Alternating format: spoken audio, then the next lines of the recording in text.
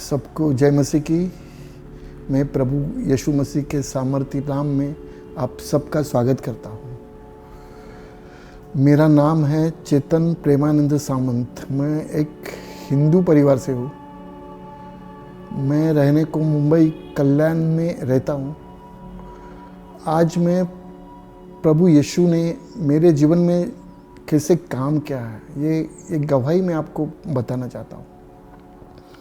मेरी उम्र है अभी 53 और मेरे जीवन में प्रभु यीशु मसीह 46, जब मैं 46 ईयर का था तब मुझे प्रभु यीशु मिल गए। प्रभु यीशु का शुभ समाचार मिल गया और मैंने प्रभु यीशु का स्वीकार किया। आपको लगता रहेगा कि ये बंदा अपनी एज बता रहा है, ये सब बता रहा है। कब इसके पीछे जो है वो आपको बाद में मेरी गवाही में पता चल जाएगा। मैं कोई प्रोफेशनल वक्ता नहीं हूँ। मुझे जब भाई ने कहा, सूरज भाई ने, कि चेतन भाई आपको गवाही देनी है, तो मैं खुश हुआ। लेकिन वो कैमरा से मैं बहुत डरता हूँ। फिर भी मैं बोला कि अगर प्रभु ने भाई के मन में डाला है तो मुझे, प्रभु ने जो मेरे लाइफ में काम किया है तो मैं गवाही दूंगा, आनंदित होकर गवाही दूंगा और प्रभु मुझे सामर्थ देगा। मैं कुछ प्रिपरेशन करके नहीं आया हूँ, लेकिन प्रेयर करके आया हूँ कि आज जो भी परमेश्वर ने मेरे लाइफ में किया है वो पवित्र आत्मा, आप मेरी मदद के, आप मेरे मुंह के द्वारा, आप मेरी मुंह का ताबा लेके आप बताए, जिससे मेरे सब भाई बहन आशीषित हो जाए। मैं बचपन से मेरी लाइफ की स्टोरी आपको बताना चाहता हूँ। मैं पहले भी कह चुका हूँ, मैं एक हिंदू परिवार से था। मेरी मम्मी पापा, मेरी बहन और मैं, हम चारों जन मुंबई में रहते थे, ग्रैंड रोड एरिया में रहते थे। जब मैं 14 बरस का था, कुछ 8वीं कक्षा में पढ़ता था, तब मेरे लाइफ में एक ट्रेजेडी हो गई। मेरे घर के सदस्य, जो बात मैं अभी इधर खुल के नहीं बता सकता हूँ, कि मेरे एक घर के सदस्य से एक बहुत बड़ी गलती हो गई जो वो उम्र में मैं बर्दाश्त नहीं कर पाया। कि मेरी उम्र ऐसी थी कि मैं उसे सहन भी नहीं कर सकता था और मैं उसे भूल भी नहीं सकता था। तो मैं बहुत डिस्टर्ब हो गया, टूट गया मैं। वो मुझे सुसाइड करने के ख्याल आने लगे कि मेरी वो उम्र में मैं बर्दाश्त नहीं कर पाया वो चीज़। तो मैं एक बार सुसाइड करने को भी गया, लेकिन मुझसे हुआ नहीं सुसाइड। उसके बाद मैंने आके, मुझे इतनी नफरत हो गई वो व्यक्ति से, मेरे घर की परिवार के व्यक्ति, कि मुझे लगा कि मैं उसे मार डालूं करके, लेकिन वो भी मुझसे नहीं हो पाया। फिर मैंने एक डिसीजन लिया लाइफ में कि ना तो मैं उस व्यक्ति को मारूंगा और ना ही मैं खुद अपनी जान दे दूंगा, लेकिन वो उस व्यक्ति को मैं रोज मारूंगा, रोज। मुझे इतनी नफरत हो गई उस व्यक्ति से कि मेरे लाइफ से उसे मैं रोज मारूंगा, रोज परेशान करूंगा, रोज मारूंगा। उसके बाद मेरी लाइफ का जो टर्न हो गया, मैं एसएससी पास हो गया, फिर कॉलेज गया। मेरे पापा एक हार्ड वर्क करते, गरीब फैमिली से था मैं। फिर मुझे मेरे दोस्त लोग मिल गए, फिर मुझे दारू की लत लग गई, दारू की। मैं बहुत डिस्टर्ब रहता था, फिर दोस्त लोग के साथ मुझे दारू की लत लग गई। मैं दारू पीना चालू किया, लेकिन तब पैसे नहीं थे मेरे पास। तो मेरे पापा हार्ड वर्क करके कुछ पैसे एक डब्बे में जमा करते थे, ओवर टाइम करके आके जमा करते थे। वो पैसे मैं चुराता था और वो चुरा के मैं दारू पीता था दोस्त लोग के साथ। दारू पीना, जुआ खेलना, रात भर 3-3, 4-4 बजे तक दोस्तों के साथ बाहर रहना। मेरे घर के प्रति मेरा पूरा इंटरेस्ट ही निकल गया था। मैं सिर्फ एक गेस्ट हाउस में जैसे रहते वैसे रात को सोने को जाता था। पूरा दिन, पूरी रात में बाहर रहता था, सिर्फ गेस्ट हाउस की तरह रहने को रात को जाता था। और इतनी कंप्लेंट्स मेरे घर पे आती थी, ये किया वो किया। और वो जो इंसिडेंस था उसने मुझे इतना वायलेंट कर दिया कि मेरा जो नफरत थी वो व्यक्ति के प्रति, उसने मुझे इतना वायलेंट करे कि मेरे मुंह कम चलता था, मेरा हाथ ज़्यादा चलता था। जो मिले, अगर कोई मुझसे गलत बात करे तो मेरा हाथ पहले उठता था। मैंने मेरे लाइफ का एक सिद्धांत बना दिया कि आज के बाद मुझे कोई तकलीफ नहीं देगा, क्योंकि तकलीफ वो तब देगा जब मैं उसे चांस दूंगा। मैं ही उसे पहले तकलीफ दूंगा। जब मैं उसे तकलीफ दूंगा तो वो उसके बाद मुझे तकलीफ देने की जरूरत भी नहीं करेगा। ये मैंने अपने आप को सिद्धांत बना लिया। और ऐसे मैं पूरी रात दारू पी के इधर लफड़ा कर उधर लफड़ा कर, मेरे घर में कंप्लेंट आती थी। मेरे बाप मेरी मम्मी मुझे बोलती थी, तू पैदा होते ही मर क्यों नहीं गया, तू ये वो है। वैसा ही मेरा 2-3 साल चलता रहा। बाद में जब मैं 18 साल का हो गया तो मुझे तभी भी ये गंदी लाइफ में भी परमेश्वर मेरे साथ था। मुझे जॉब लग गया और वो भी जॉब बैंक में जॉब लग गया। तो बैंक में जॉब बोलेगा तो लाइफ हो गई मेरी, लेकिन लाइफ हो गई, लेकिन मेरी लाइफ वैसे ही थी। जो नफरत मैंने पाल के रखी थी वो मुझे छोड़ नहीं रही थी। बैंक में मैं लग गया, फिर मेरे पास मेरा सैलरी आने लगा, फिर मेरा वही जीवन, वही पैसा आने लगा, फिर वही पगार घर में नहीं देता था। सब ड्रिंक्स, ये जुआ, ये वो करके जब 18 साल का 89 में मुझे जॉब लग गया, 88-89 में, उसके बाद वही लाइफ मेरे घर वाले परेशान हो गए। बाद में बोलने लगे, तू जा इधर से, ये करके निकल जा, अभी तेरा जॉब भी है, तू हमको परेशान कर रहा है, तू जा हमें छोड़ के। फिर 94 में मेरी शादी हो गई। मैंने शादी खुद, वो भी मेरे मम्मी पापा को बिना बताए मैंने शादी कर दी की, और उनको बाद में बताया मैंने कि मैं शादी कर रहा हूँ, और मैंने शादी का डिसाइड किया और मैंने फाइनल कर दिया करके। तो शादी मेरी हो गई। शादी जब, अभी शादी का भी एक इंसिडेंस मैं कहना चाहता हूँ आपको। जब मेरी वाइफ जो अभी है, जिसके साथ शादी मेरी तय हुई, वो मेरे एरिया में ही रहती थी, और उसकी बहुत सी सहेलियाँ, मैं जिस गली में रहता था उस गली में रहती थी। तो शादी के वक्त इंक्वायरी करते हैं सब लोग, वैसे मेरी भी इंक्वायरी हो गई। मेरी वाइफ ने मेरी इंक्वायरी की उसकी फैमिली ने। तो उसकी सहेली ने उसे ऐसे बताया कि ये लड़के के साथ शादी करने से अच्छा है तो कुएं में कूद के अपनी जान दे दे।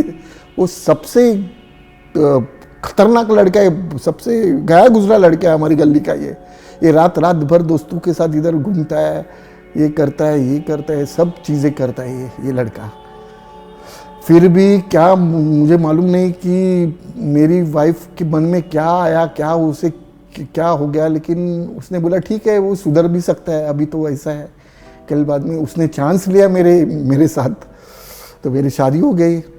शादी होने के बाद तो मेरे मम्मी पापा ने सीधा कह दिया कि अभी तक तूने हमें बहुत परेशान किया, अभी तेरी वाइफ आ गई है, तू अलग सा रहे और तू जो भी है तेरा लाइफ कर दे करके, हमें तेरी कोई ज़रूरत नहीं, तेरी जॉब की भी, तेरे पैसे की भी ज़रूरत नहीं, तो अकेला रहे।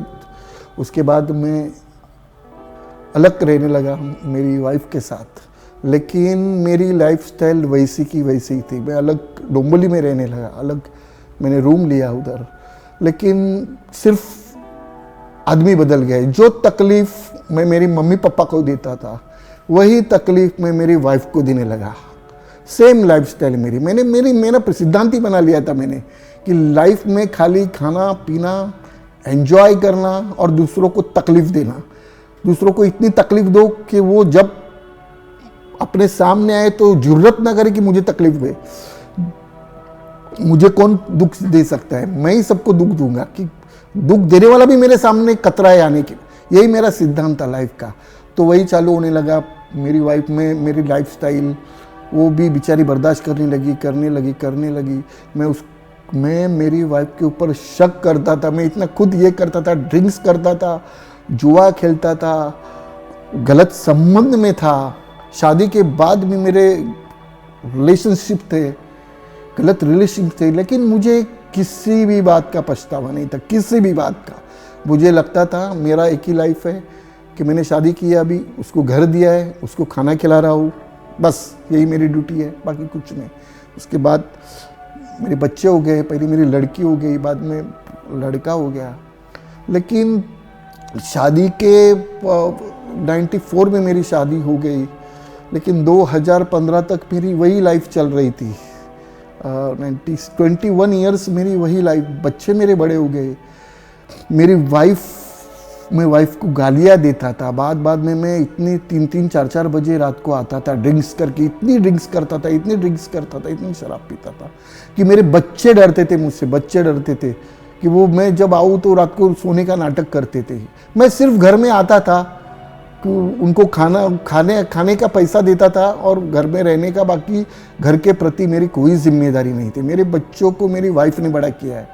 मैंने कभी वो कौन सी कक्षा में पढ़ रहे थे ये भी मुझे मालूम नहीं था। मैं अपनी धुन में था, अपनी ये पाप की लाइफ में एंजॉय कर रहा था। जैसे अभी हम लोग कहते हैं ना कि आत्मिक लाइफ की भी एक स्टेजेस होती है, वैसी मेरी पाप की लाइफ की भी एक स्टेज थी। बहुत ऊपर की स्टेज थी, वो बहुत ऊपर की स्टेज में मैं पाप में था। उसके बाद ये सब चालू था। मेरी वाइफ ने भी एडजस्टमेंट करना चालू किया कि ये व्यक्ति ऐसा ही है, अभी जो भी है मुझे इसके साथ ही गुजारना है। ये सब हुआ। उसके बाद 2016 में मेरे दोस्त लोग थे, हम लोग एक आंगनेवाड़ी करके मालवण में यात्रा रहती है, जो पहले हम थे वो उसमें हम जो मानते थे उधर एक यात्रा रहती है। हर बरस में उन लोगों के साथ जाता था, उधर भी ड्रिंक्स विंक्स करके ये सब करता था।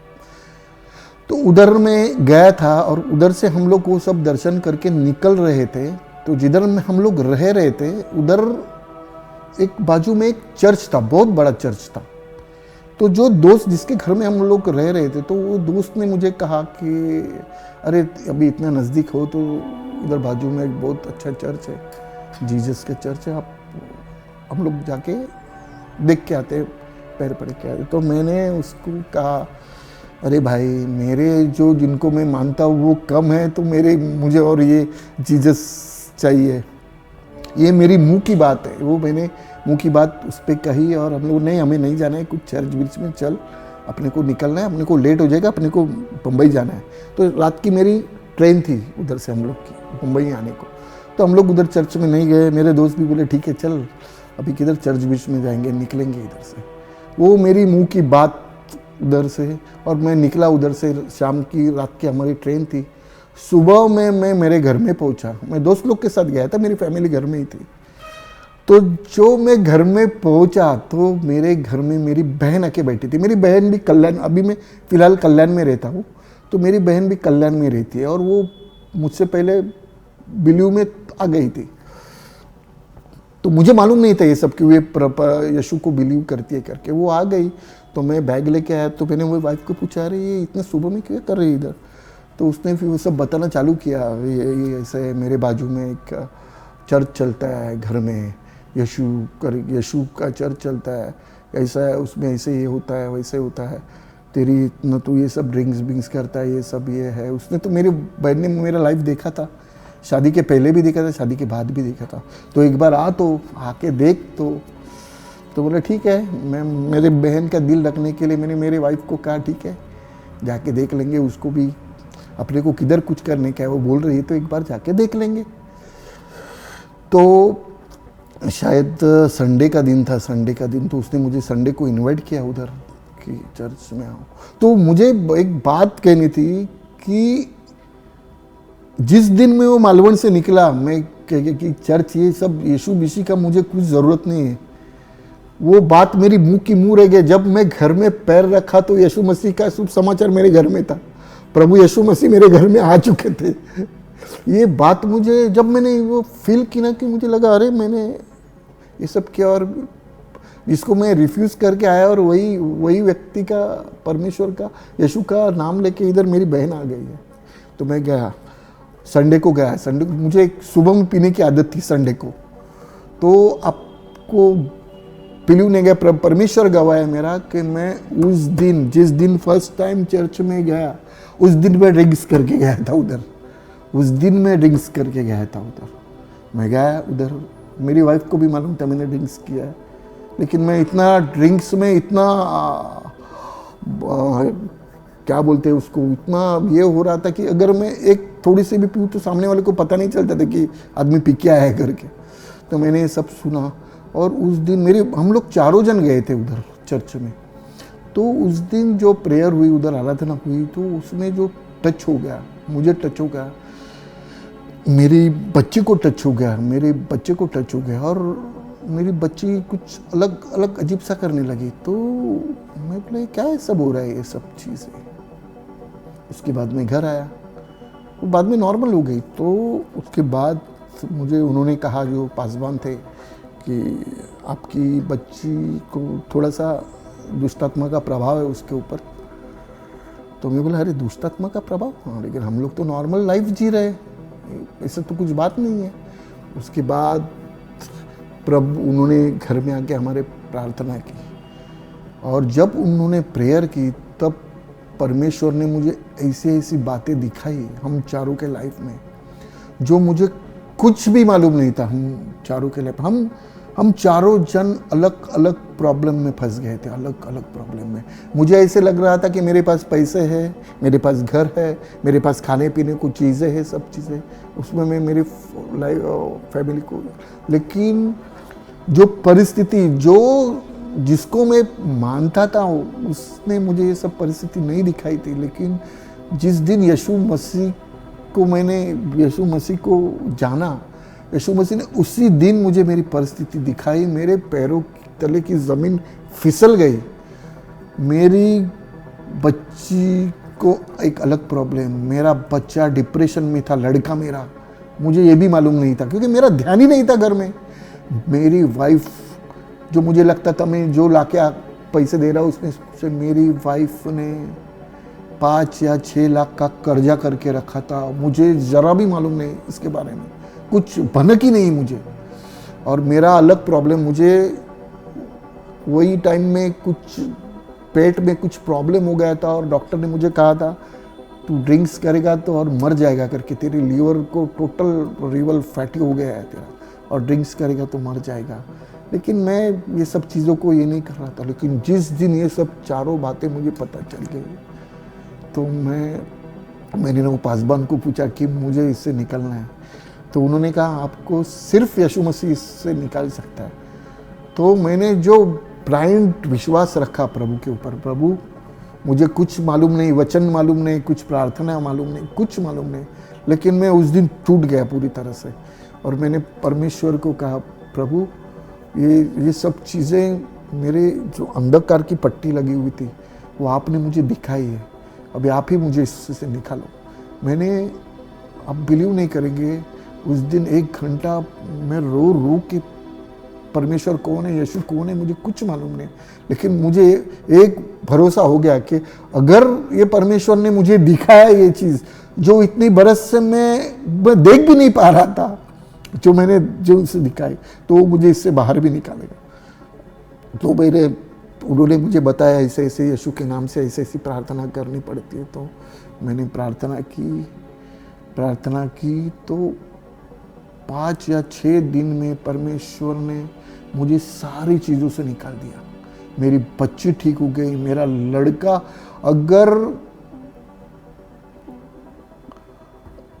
मैं यीशु मसीह मेरे घर में नहीं आते थे तो मेरा बच्चा, मेरा लड़का सुसाइड करता था। मेरी बच्ची जो डायरेक्टली बेड पे जाती थी कि मुझे पता भी नहीं चलता था, उसे कुछ बीमारी नहीं थी, लेकिन शैतान ने मुझे बताया उसके मुंह से कि मैं उसे बेड पे डालने वाला था कि तुम्हें पता भी नहीं चलेगा। सब टेस्ट उसकी परफेक्ट आती थी, लेकिन वो बच नहीं, 6 महीने में उसको लेके जाता था। और मेरी वाइफ, जिसने मुझे कन्फेस किया कि मैं ये कर्जे के इसमें मैं सुसाइड करने वाली थी करके, ये सब बातें सुन के मैं एकदम ये हो गया। और मुझे मेरी पूरी लाइफ पीछे की याद आ गई कि मैंने क्या किया है लाइफ में, कैसे मैंने क्या किया है। उस वक्त उस पासवान ने कहा कि परमेश्वर आपसे प्रेम करता है, परमेश्वर ही आपको निकालेगा, लेकिन आपको जो लाइफ में आपने जो सब चीज़ें की है उसके लिए माफ़ी मांगनी पड़ेगी, आपको कन्फेशन करना पड़ेगा। उस दिन मैं पूरी तरह से टूट गया था। उस दिन मैंने परमेश्वर से जो चीज़ें थी मैंने लाइफ में की थी, उसके लिए पूरे तहे दिल से माफ़ी मांगी। जो चीज़, जो नफरत, जो व्यक्ति मेरे घर की व्यक्ति थी जिसे मैं माफ़ नहीं कर पाया था, 14 साल से 46 ईयर तक उसकी नफरत में मेरे अंदर पाल के जो मैंने मेरी लाइफ की बर्बादी की थी, उसके लिए मैंने माफ़ी मांगी परमेश्वर से। मैंने माफ़ किया उस व्यक्ति को। उसके बाद मेरी लाइफ की एक सबसे बड़ी बात, मैंने मेरी वाइफ को बिठा के जो जो बातें जो जो लाइफ में मैंने किया था सब बता दिया। ड्रिंक्स करता था, जुआ खेलता था, वो सब मालूम था उसे। लेकिन मेरे अलग शादी होने के बाद में मैं व्यभिचार में था, वो उसे मालूम नहीं था। तो मैंने सब उसको बताया कि मैं ऐसा ऐसा है, मेरा ऐसा ऐसा है। लेकिन आज के बाद ये सब चीज़ें बाहर निकल, परमेश्वर मैं बाहर निकलना चाहता हूँ, मुझे हेल्प कर। जब मैंने ये बात मेरी वाइफ को बताई तो मेरी वाइफ 3 या 4 दिन ऐसी पागलों के जैसे बर्ताव कर रही थी, पागलों के जैसे। कुछ बात नहीं करती थी, कुछ खाना नहीं खाती थी, कुछ नहीं। उसको शॉक लग गया एकदम कि ये बंदे को मैंने सब ड्रिंक्स बर्दाश्त किया, जुआ खेलता था बर्दाश्त किया, गाली देता था बर्दाश्त किया, शक करता था बर्दाश्त किया, बच्चों को गाली देता था बर्दाश्त किया, मारपीट करके आता था सब बर्दाश्त किया। लेकिन ये व्यभिचार में भी ये है। मैंने फिर प्रभु के पास गया कि प्रभु मुझे ये सब चीज़ से निकलना है, प्रभु आप ही मुझे इस चीज़ से निकाल सकते हैं। आप मेरी वाइफ का प्रभु उसे नॉर्मल कीजिए प्रभु। उसके बाद चौथे दिन मेरी वाइफ नॉर्मल हो गई। फिर मैंने माफ़ी मांगी सब चीज़ों के लिए। हम लोगों ने मिल के प्रार्थना की, सब चीज़ों। मैंने मेरे बच्चों से भी माफ़ी मांगी। मैंने जिस व्यक्ति, मेरे घर में जो व्यक्ति थी, उस व्यक्ति को भी फ़ोन करके मैंने माफ़ी मांगी उनसे। मेरे दिल से मैंने सब कड़वाहट निकाल दी, सब नफरत निकाल दी। और उसके बाद मैं रेगुलर चर्च जाने लगा। जो पास जिन्होंने ये सब किया उनके पास जाने लगा। मैंने प्रभु का स्वीकार किया, रेगुलर चर्च जाने लगा। मुझे इतना अच्छा लगने लगा। मेरी फैमिली पूरी तरह से खुश थी कि हम लोग सब करने लगे। प्रभु को तो मैंने जान लिया था, परमेश्वर को जान लिया था, लेकिन मैं चर्च जाने लगा। उसके बाद परमेश्वर को तो मैंने जान लिया, लेकिन परमेश्वर के लोगों को भी जानना बाकी था। मैं ये बात क्यों कह रहा हूँ? क्योंकि हम लोग सब मसीह में हैं, हम लोग सब अलग अलग कलीसिया में हैं, जो भी है, जिधर भी है। परमेश्वर हमारा एक ही है, लेकिन परमेश्वर के लोग अलग अलग है। मुझे ऐसा लगता था कि परमेश्वर के लोग परमेश्वर के जैसे ही है, लेकिन ये मेरी गलतफहमी थोड़े दिन में भी 6-8 महीने में उतर गई कि नहीं, मुझे पता चला कि परमेश्वर अलग है, लेकिन परमेश्वर के लोग जो सिखाते हैं वो परमेश्वर के जैसे नहीं है।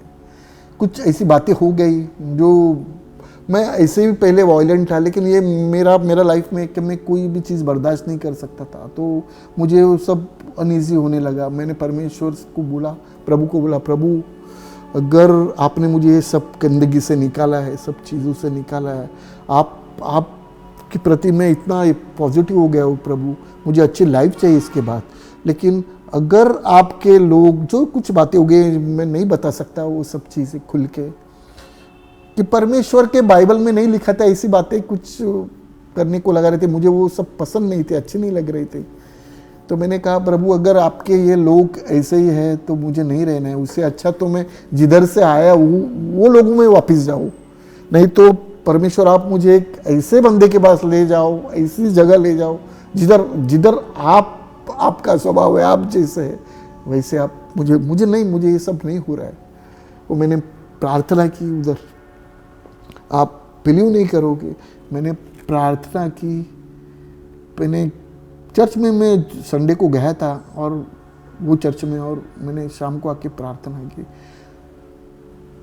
की और दूसरे दिन मैंने यूट्यूब के ऊपर भाई हमारे ब्रदर सूरज प्रेमानी का वीडियो देखा एक, और वो जो वीडियो मुझे इतना टच हो गया वो वीडियो कि अरे, एक बार देखा, बाद में दूसरा वीडियो देखा तो मुझे इतना टच हो गया कि ये बंदा कौन है, परमेश्वर की बातें करता है। तो मैंने ढूंढ के निकाला तो कि उल्लासनगर का ही है। तो मैंने उनको कॉल किया, तभी हमारी मिनिस्ट्री छोटी थी, तो मैंने उन्हें कॉल किया और मैं उनके चर्च में, मुझे आपकी चर्च में आना है, तो बोला आ जाओ भाई। तो मैं अटेंड किया उधर और मुझे इतना पीस मिला। बाद में मेरी फैमिली भी आ गई उधर, जो उधर ही पहले चर्च में जाती थी, वो उधर सब डर रहे थे कि अरे इधर से निकलेंगे तो किधर जाएंगे, परमेश्वर की कुछ डर था, उन्होंने बिठा के रखा था, हमें छोड़ के जाओगे तो परमेश्वर ये करेगा, परमेश्वर वो करेगा। तो मैंने कहा जो जिसका मैंने हाथ पकड़ा है वो मुझे अभी किधर भी ले जाए मैं उसके ऊपर छोड़ता हूँ। जब मैंने परमेश्वर का स्वीकार किया तो मेरे फ्रेंड्स, मेरी फैमिली टोटली अपोज हो गई मुझे इतनी बातें करने लगी, लेकिन मैंने कहा नहीं, अभी मैं नहीं छोड़ूंगा। मेरे घर वालों को भी मैंने एक ये पूछा कि अरे जो बंदा इतने साल से ड्रिंक्स करता था, ये करता था, वो करता था, मारपीट करता था, वो बंदा उसने ये सब छोड़ दिया है, ये सब चीज़ें, तो वो जो परमेश्वर को मैं मानता हूँ वो मेरे लिए अच्छा है कि बुरा है? जो मैं जब करता था तो तुम लोग के लिए कुछ प्रॉब्लम नहीं था, अभी मैंने छोड़ दिया है और वो परमेश्वर के मैं पीछे चल रहा हूँ, वो आपको क्या लगता है? लेकिन आपको कुछ भी लगने दो। पहले से मैं एकदम बोल्ट आदमी हूँ, बोल्ट हुआ है मैं परिस्थिति की वजह से, कि जब मैं कुछ डिसीजन लेता था तो मैं कुछ पीछे उसका क्या होगा उसका मैंने पहले भी कभी फिक्र नहीं की थी, जो होगा वो देख लिया जाएगा। और अभी तो मेरे साथ परमेश्वर था, तो मैंने फिर सूरज भाई के इधर आना शुरुआत किया।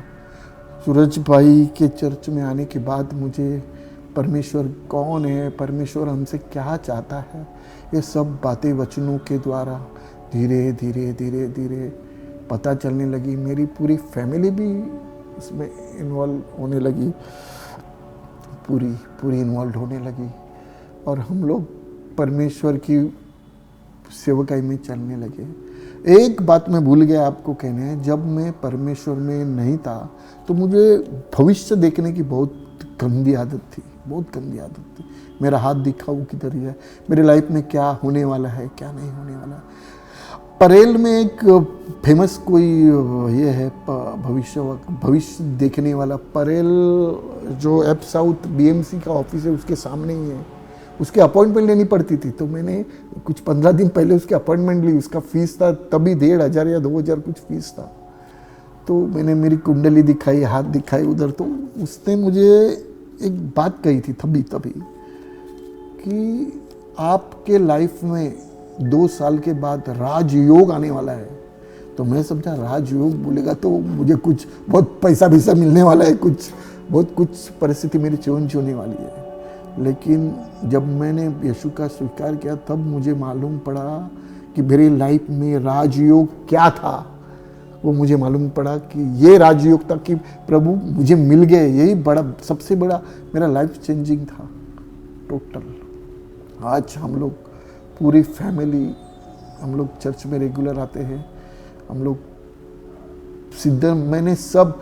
मैं जो व्यक्ति ड्रिंक्स करता था, जिस दिन मैंने परमेश्वर के भवन में पैर रखा उस दिन से मैंने जो ड्रिंक्स छोड़ दिए, और मैंने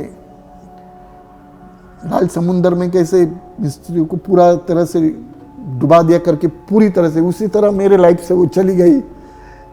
और जो सब चीज़ें मैं कर रहा था, तो अभी कभी सोचता हूँ तो मुझे घिन आती है कि मैं क्या टाइप का आदमी था, मैं ये सब क्या करता था। आज जो वचन भाई हमें सिखाते हैं, जो हमें बताते हैं उसे कि परमेश्वर ने हमें क्यों चुना है, किस लिए चुना है, ये सब चीज़ें मालूम पड़ गई, पूरी तरह से मालूम पड़ गई। और आज हम ये सब परमेश्वर की प्रेम क्या है वो सब समझ में आया। अब हम सब, मेरी फैमिली परमेश्वर को धन्यवाद करते हैं कि परमेश्वर ने हमें बचाया। हम पूरी फैमिली मेरी जैसे अजगर के मुंह में थी, उसमें से हाथ निकाल के यीशु ने हमें निकाला है। उसका प्रेम जो था, आज मेरी फैमिली भी सब जो मुझसे ये करते थे सब आज खुश है। सब मैंने भी मेरी लाइफ परमेश्वर को दे दी है पूरी तरह से। मैं सिर्फ आपको एक ही बात कहना चाहता हूँ कि जो मुझे देख रहे हैं, अभी मेरी गवाही देखेंगे, मेरे जो दोस्त लोग हैं जिनके साथ ये सब मैं करता था, सब चीज़ें करता था, मैं उनके लिए प्रार्थना करना चाहता हूँ। मुझे ऐसा लग रहा है कि अगर वो सुनने के बाद परमेश्वर उन्हें टच करे और उनकी लाइफ सुधार दे। और जो मेरी बहनें जो मसीह है या अनबिलीवर है, जो बहनें जो मेरी ये गवाही सुन रही है, मैं इस गवाही के द्वारा उनको एक आशा देना चाहता हूँ कि आपका हस्बैंड अगर मेरे जैसा है तो कोई टेंशन मत लेना। अगर मेरे जैसा आदमी को परमेश्वर टच करके सुधार सकता है तो उन्हें भी कभी ना कभी सुधारेगा, वो परमेश्वर उन्हें बचाएगा उन्हें। ये मैं गवाही, ये मैं आपको पूरी तरह से एक एश्योरेंस देना चाहता हूँ कि आप सिर्फ धीरज रखिए। देखो, मैं जब ये सब करता था तब मुझे मालूम है कि मेरे माँ बाप, मेरी मम्मी, मेरी वाइफ, मेरे बच्चे किसके पास तो दुआ करते रहेंगे, किसके पास तो, तब यीशु हमें मालूम नहीं था, किसके पास तो दुआ करते रहेंगे कि ये बंदे को ठीक करो, ये बंदे को इसमें से निकालो करके।